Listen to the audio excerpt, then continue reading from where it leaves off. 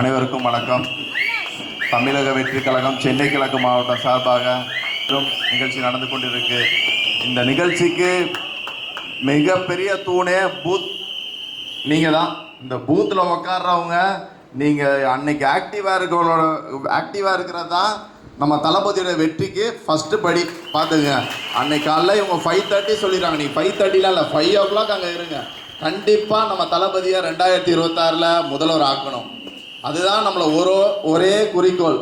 என்னன்னு கேட்டிங்கன்னா, இவன் பெரியவர், அவர் பெரியவர், நம்ம பூத்தில் நம்மளை மிஞ்சி அவன் போயிடுவான். அதெல்லாம் நீங்கள் நினைக்காதீங்க. 2026 தளபதியை முதல்வர் ஆக்குவோம். அவ்வளோதான். அது ஒரே நோக்கம் தான் நம்மளுக்கு.